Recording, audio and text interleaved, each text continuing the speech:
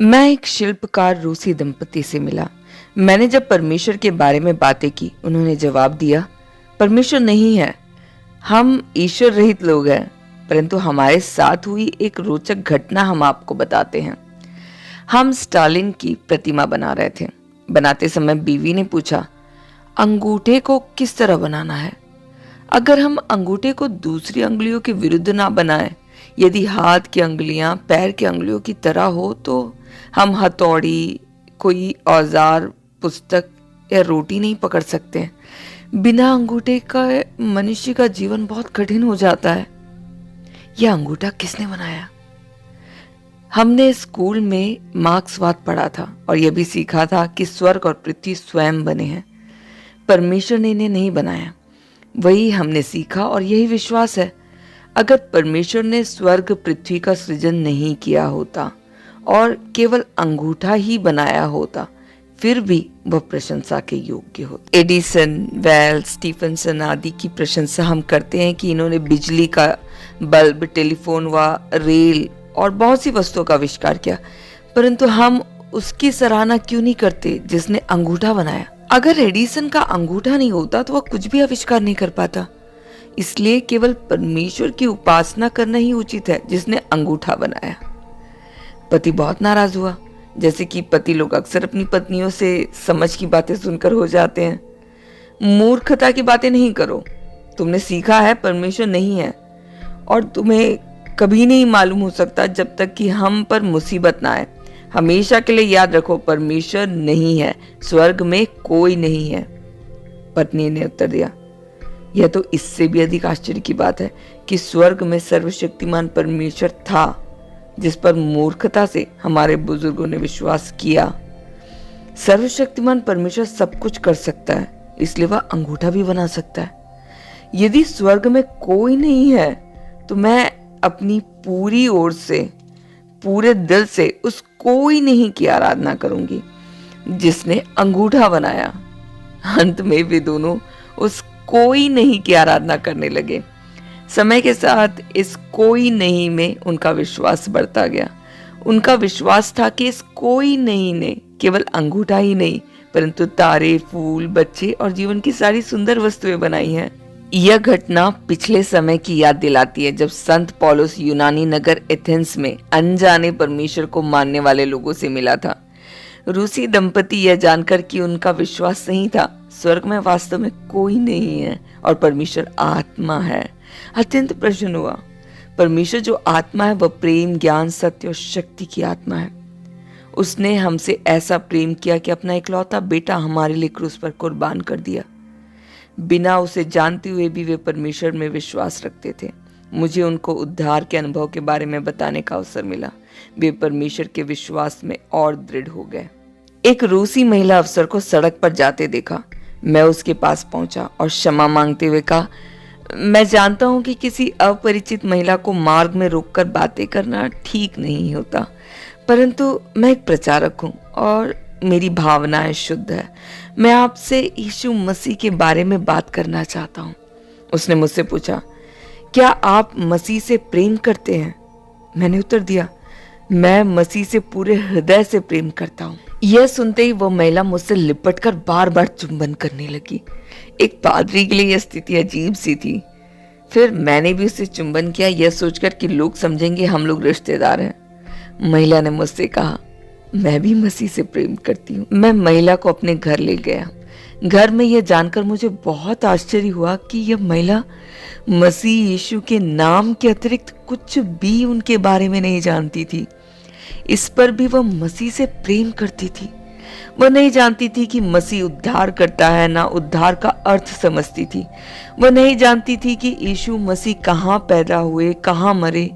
वह मसीह की शिक्षाएं भी नहीं जानती थी। मेरे लिए यह महिला आश्चर्य बन गई। आप किसी से कैसे प्रेम कर सकते हैं यदि उसके बारे में नाम के अलावा कुछ नहीं जानते? जब मैंने उससे पूछा तो उसने समझाया। जब मैं बच्ची थी, चित्र द्वारा मुझे समझाया गया। ए के लिए एप्पल, बी के लिए बेल, सी के लिए कैट, सबका चित्र था। जब मैं हाई स्कूल में आई तो मुझे सिखाया गया कि अपने कम्युनिस्ट देश की सुरक्षा करना हमारा कर्तव्य है। मुझे कम्युनिस्ट नैतिकता सिखाई गई, परंतु मुझे ज्ञात ही नहीं हुआ धार्मिक और नैतिक कर्तव्य क्या है। मुझे इनके चित्र की आवश्यकता थी। मैं जानती थी कि हमारे पूर्वज प्रत्येक सुंदर, सत्य और प्रशंसा योग्य वस्तु का चित्र रखा करते थे। मेरी दादी एक तस्वीर के सामने घुटने टेका करती थी। वह यीशु नाम के किसी आदमी की थी। मुझे इस नाम से ही प्रेम था। यह नाम मेरे लिए एक सत्य बन गया। इस नाम से मुझे बड़ी खुशी मिलती थी। इस महिला की बात सुनने के बाद मुझे नए नियम की फिलिपियों की पुस्तक में लिखे वचन याद आ गए कि सब उसके नाम पर, यीशु के नाम पर घुटना टेके। हो सकता है मसीही विरोधी कुछ समय के लिए परमेश्वर का ज्ञान इस दुनिया से मिटाने में सफल भी हो जाए, परंतु यीशु के सरल नाम में वह ताकत है जो हमें प्रकाश तक पहुंचा देगी। इस महिला ने मसीह को मेरे घर में पाया, जिसके नाम से वह प्रेम करती थी। अब वह उस यीशु को अपने हृदय में रखती है। रूसियों के साथ मेरा सारा समय अर्थपूर्ण भावुकता में गुजरा। एक बहन ने जो रेलवे स्टेशन पर मसीही साहित्य बांटती थी, एक रूसी अफसर को मेरे घर का पता दे दिया। एक शाम ऊंचा, पूरा खूबसूरत रूसी अफसर मेरे घर आया। मैंने उससे पूछा, मैं आपकी क्या मदद कर सकता हूँ? उसने उत्तर दिया, मैं प्रकाश का अर्थ मालूम करने आया हूँ। मैंने बाइबल के वचनों को पढ़ना आरंभ किया। उसने मुझे रोककर पूछा, मैं आपसे सच्चाई से पूछता हूँ, मुझे धोखा न देना। मैं उन लोगों में से हूँ जिन्हें अंधकार में रखा गया। कृपया मुझे बताइए, क्या यह परमेश्वर का ही वचन है? मैंने उसे विश्वास दिलाया। वह घंटों सुनता रहा और मसीह पर विश्वास लाया। धार्मिक बातों में रूसी कभी भी उथले नहीं होते। वे धर्म विरोधी हो या धर्म और मसीह के प्रवर्तक अपनी सारी आत्मा लगा देते हैं। यही कारण है कि रूस में हर एक मसीही एक आत्मा जीतने वाला व्यक्ति है। इसलिए दुनिया में रूस जैसा कोई देश नहीं जिसमें सुसमाचार इस समय इतना आवश्यक हो। रूसी लोग दुनिया में अपने स्वभाव से ही सबसे धार्मिक लोगों में से हैं। इस दुनिया का नक्शा ही बदल जाएगा अगर हम जोर शोर से रूस में सुसमाचार फैला दें। कितने दुख की बात है, रूस के लोग परमेश्वर के वचन के लिए अत्यंत प्यासे होते हुए भी अपनी प्यास नहीं बुझा सकते। ऐसा मालूम होता है कि सभी ने परमेश्वर के वचन से मुंह मोड़ रखा है। रेल यात्रा में एक रूसी अफसर से मेरी मुलाकात हुई। मैं मसीह यीशु के बारे में कुछ समय ही बोल पाया था कि वह नास्तिकवाद की ओर विवाद कर बैठा। मार्क्स, स्टालिन, वॉल्टर, डार्विन और दूसरे विद्वानों के वचन बाइबल के विरोध में धारा प्रवाह से बोलता चला गया। उसने मुझे बोलने का अवसर नहीं दिया। लगभग 1 घंटे तक वह सिद्ध करने की कोशिश करता रहा कि परमेश्वर नहीं है। जब वह चुप हुआ, मैंने उससे कहा, यदि परमेश्वर नहीं है तो आप दुख मुसीबत में प्रार्थना क्यों करते हैं? इस बात पर रूसी अफसर बहुत घबरा गया। वह सच न छिपा सका। उसने पूछा, आपको कैसे मालूम हुआ कि मैं प्रार्थना करता हूँ? मैंने बात यही समाप्त नहीं होने दी। मैंने फिर प्रश्न किया, आप क्यों प्रार्थना करते हैं? उसने अपना सर झुकाकर मेरी बात को स्वीकार किया। उसने कहा, सीमा पर जर्मन सैनिकों द्वारा घिर जाने पर हम सबने प्रार्थना की थी। हमें प्रार्थना करना नहीं आता था, फिर भी हमने इस प्रकार कहा, हे परमेश्वर और माँ की आत्मा। यह प्रार्थना परमेश्वर की नजर में बहुत अच्छी है, क्योंकि वह दिल को जांचता है, शब्दों को नहीं। रूसियों में सेवा करने का अच्छा परिणाम हुआ। मैं पत्रस को याद करता हूँ। कोई नहीं जानता वह रूसी जेल में मर गया। वह छोटी उम्र का युवक था, कोई 20 वर्ष का होगा। रूसी सेना के साथ रोमानिया आया था। एक गुप्त सभा में उसने मसीह को ग्रहण किया था और मुझसे बपतिस्मा देने को कहा था।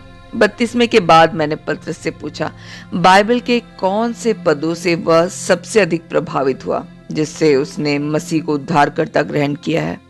उसने बताया कि उसने बड़ी लगन से गुप्त सभा के संदेश को सुना। मैंने लूका 24 अध्याय पढ़ा। इस अध्याय में हम देखते हैं 2 जन इम्माउस नाम गांव को जा रहे थे और रास्ते में उन्हें यीशु मिला।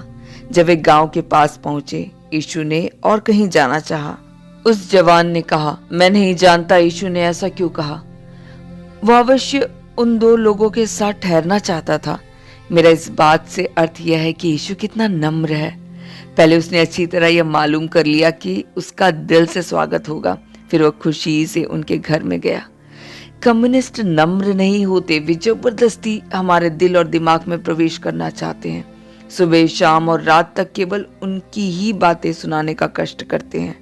स्कूलों, रेडियो, समाचार पत्रों, पोस्टरों, सिनेमाओं, सभाओं द्वारा जहां भी चाहिए कम्युनिस्ट प्रचार होता मिलेगा।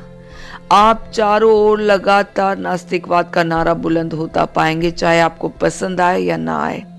मसीह यीशु हमारी आजादी का मान देते हैं। वह आहिस्ता से हमारे दरवाजे पर खटखटाता है। यीशु ने अपनी नम्रता से मुझे जीत लिया है। मसीह और कम्युनिस्टवाद के इस महान अंतर ने मुझे मसीह पर विश्वास करने पर बाध्य किया था।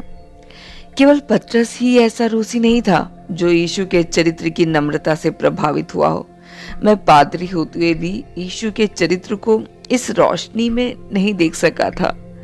उसके मन परिवर्तन के बाद पतरस ने अपनी आजादी और जिंदगी खतरे में डालकर मसीही साहित्य को गुप्त रूप से रोमानिया और रूस के गुप्त चर्चों में पहुंचाया, और एक दिन पतरस इस अपराध में पकड़ा गया। मैं केवल जानता हूं कि 1959 तक वह जेल में था। क्या वह मर गया है? क्या वह स्वर्ग में है या इस पृथ्वी पर ही मसीह के लिए संघर्ष कर रहा है? परमेश्वर जानता है आज वह कहाँ है। पतरस की तरह कई और लोगों ने मन परिवर्तन किया। आत्मा जीतने के बाद हमारा कार्य समाप्त नहीं होता। इस समय तक तो कार्य अधूरा ही है। प्रत्येक जीती हुई आत्मा को दूसरों की आत्मा जीतने के लिए तैयार करना चाहिए। रूसियों ने केवल मन परिवर्तन ही नहीं किया, परंतु वे गुप्त चर्चों के कर्मस्थ सेवक भी बन गए। वे मसीह के लिए हमेशा कार्यशील थे। वे उत्साह से कार्य करने के बाद भी सोचते कि वे मसीह के लिए कितना कम कार्य कर रहे हैं, जिसने उनके लिए अपनी जान दी। अस्वतंत्र रोमानिया में हमारा गुप्त कार्य। रोमानिया के लोगों के मध्य मसीह का कार्य हमारी गुप्त सेवा कार्य में ही सम्मिलित था। कम्युनिस्टों ने जल्द ही भेड़ की खाल उतार फेंकी। आरंभ में उन्होंने चर्च अधिकारियों को बहकावे से जीतने का प्रयोग किया था, परंतु इसके बाद आतंक का युग शुरू हुआ। हजारों बंदी बना लिए गए। किसी को मसीह के लिए जीतना एक महान कार्य बन गया। रूसियों के बीच तो यह कार्य आरंभ से ही कठिन था। जिन आत्माओं को मसीह के लिए मैंने जीता था, उनके साथ मैं जेल में रहा। एक व्यक्ति जो मसीह में विश्वास रखने के कारण जेल भुगत रहा था, मेरे साथ कोठरी में था। इस आदमी के 6 बच्चे थे। बीवी बच्चे भूखे थे। शायद वह उन्हें कभी ना देख सके। मैंने उससे पूछा, क्या मेरे प्रति आपको द्वेष है कि मैंने मसीह के बारे में बताकर आपको उसके पास लाया और इसी कारण से आपका कुटुंब दुख भोग रहा है? उसने उत्तर दिया, आपने मसीह यीशु उद्धारकर्ता से परिचय करा, मुझ पर ऐसा एहसान किया है जिसका आभार प्रकट करने के लिए मेरे पास शब्द नहीं है। मैं दूसरी ओर सोच भी नहीं सकता। हम कई मसीही पर्चे प्रकाशित करने में सफल हो गए। सेंसर से बचने के लिए नई नई युक्तियां निकालते थे। कम्युनिस्ट सेंसर में हम कार्ल मार्क्स के चित्र वाली शीर्षक की पुस्तक प्रस्तुत करते थे। धर्म मनुष्य के लिए आफिम है या इसी से मिलते जुलती पुस्तक के कम्युनिस्ट शीर्षक रखते थे। सेंसर वाले हमारी पुस्तक को कम्युनिस्ट पुस्तक समझकर अपनी सील लगा देते थे। आरंभ के पृष्ठों में मार्क्स, लेनिन और स्टॉलिन के अवतरण देखकर सेंसर प्रसन्न होता था। शेष पृष्ठों में मसीह का संदेश रहता था। गुप्तचर समुद्र की हिमशिला की तरह है, जिसका कुछ हिस्सा तो दिखता है और 3/4 हिस्सा पानी में छिपा रहता है। हम कम्युनिस्ट प्रदर्शकों में आकर मार्क्स के चित्र वाली पुस्तक बांटते थे। कम्युनिस्ट लोग हमारी पुस्तकों को कम्युनिस्ट साहित्य समझकर मोल लेने के लिए उतावले हो जाते थे। जब तक वे 10 पृष्ठ तक पहुंचते और परमेश्वर और मसीह के बारे में पढ़ते, हम उनसे बहुत दूर पहुंच चुके होते थे। नई स्थिति में मसीह प्रचार आसान नहीं था। हमारे लोगों का दमन किया जाता था। लोगों से कम्युनिस्ट सब कुछ छीन ले जाते थे। किसान से जमीन, नाई व दर्जी से दुकान छीन लेते थे। केवल पूंजीपति ही नहीं, परंतु गरीब से गरीब भी पीस दिया गया। हर एक घराने का एक न एक व्यक्ति जेल में था। दरिद्रता बहुत बढ़ गई थी। लोग पूछने लगे, प्रेम का परमेश्वर बुराई की क्यों विजय होने देता है? आरंभ के चेलों के लिए भी पवित्र शुक्रवार का प्रचार करना सरल नहीं था।